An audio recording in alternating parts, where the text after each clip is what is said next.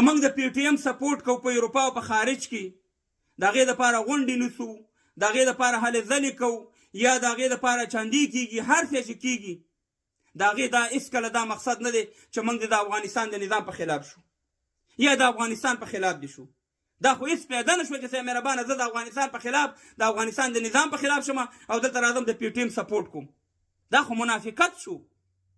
زه زما دپاره یا د منظور پښتون دپاره یا د علي وزیر دپاره یا د ښکته پښتنو دپاره یا د شهید وزیر ګیلمن دپاره موږ دپاره اول افغانستان دی، بیا به نورې خبرې کوو. ځکه افغانستان زموږ او ستاسې د پلار نیکه وطن دی چې افغانستان کې امن نه وي، افغانستان کې کلاري نه وي، افغانستان پرمختګ نه وي، هېڅکله زموږ مبارزه سر نه نیسي. ګورئ زه د هغه شخص یم او زما نور ملګري چې موږ دلته په اروپا کې د پی ټي ایم بنیاد موږ ایښی دی په 2013 کال کې په جمهوریت کې. دا اوسنۍ خبره ده چې طالبان راغلي او موږ د پی ټي ایم سپورټ کوو. زه د زړو کسان نه یم. دلته په لسهاوو موږ مظاهرې کړي، په لسهاوو غونډې م نیولې، د شپې د 3 بجو پورې ناست یو.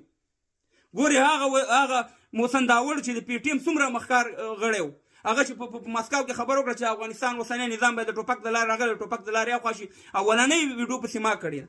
ما چې ته څوک یې چې زما په افغانستان کې جنګ غواړې؟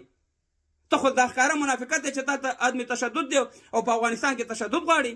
دا شیونه موږ نه برداشت کوو. او داسې زما ویډیوګانې په غونډه کې مې تقریرونه پراته دي، په بولټن مانچستر ښار کې د 1.5 کال مخکې 2 کاله مخکې مې زما ویډیو ده چې ویلې مې چې اول ما دپاره افغانستان دی. صاحب مهربانه ولې کوو دا منافقت چې نن وروره یو 2-3 رقم خلک را نوتي دي، فیصده خلک د سرې خولۍ نه د افغانستان د ملي بیرغ نه استفاده کوي او د طالبانو په خلاف، د افغانستان په خلاف باندې دلته مبارزې کوي. دا خلک هېڅکله د پی ټي ایم د رسمي ادرس نه غږېږي نه، او که چېرته د رسمي ادرس نه دا خلک غږېږي د افغانستان د اوسني نظام په خلاف یا د افغانستان په خلاف، نو بیا وروره زه بیا دې شي کې ښکاره خبره ده چې زه بیا سیټ کوم. زه پوهېږم چې د طالبانو د خوا نه بعضې په پی ټي ایم باندې نیوکې کېږي، په منظور پښتون باندې یا بعضې پیغورونه ورکول کېږي. زه د دواړو خلاف یم. زه وایم چې موږ مبارزه باید مشترکه وي، ځکه دشمن زموږ یو دی، که هغه د منظور پښتون دی، که هغه د طالب دی، که د خلقي دی، که د پرچمي دی، که د مجاهد دی، که د هر چا دی، که د جمهوریتي دی، باید یو بل ته متقابل احترام وشي. هر سړی په خپل طبیعت خوش شي. خو ګوره بعضې اشخاص دلته راځي د پی ټي ایم خولۍ په سر کړي، ملي بیرغ یې لګولی، طالب ته وایي چې ته پنجابی، ته فلانی، د بستانې. نو چې ته هغه ته وایې چې پنجابی او ته فلانی او د بستانې، اوسنی د افغانستان نظام دی، که ته یې منې که نه یې منې، وروره اوس راغلی دی په افغانستان کې، نو ولې هغه به تا ته ګلان اچوي په غاړه کې.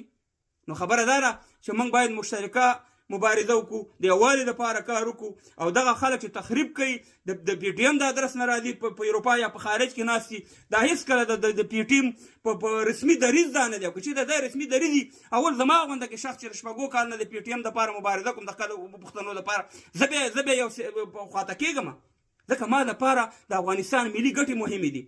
مشکلات به وي، په مشکلاتو موږ غږېدلي وو، مګر موږ چې افغانستان اباد نه وي او افغانستان یو ځای نه وي په دې شي کې، هغه هېڅکله دغه پرمختګ نه کېږي.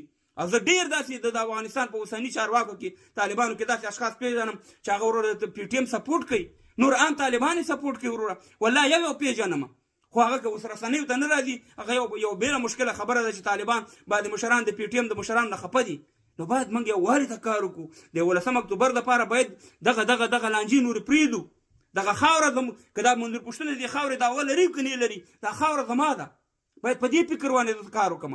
نو الله دې وکړي چې زما پیغام تاسو ته ضرور رسي او د مشترکه کار وکړو. دغه کنځلو نه بدې ردونه چې په سوشل میډیا کې یو بل ته کوو، دا باید نور ونه شي او یو مشترکه مبارزه وشي. که ښه م رسېږي یو بل ته باید ورسو، بد خو نه رسو، یا افغانستان ته خو ضرر ونه رسو. صاحب مهربانه چې د دې د ادرس نه، د پی ټي ایم د ادرس نه راځو او بیا صاحب مهربانه استفاده دې کوو، خپل زړونه هم ډک دي. صاحب مهربانه دلته راغلي په اروپا کې اوس زړونه وروره د پی ټي ایم د ادرس د افغانستان د اوسني نظام په خلاف باندې تشو، دا هېڅکله قبول ول نه ده ماته یا نور افغانان.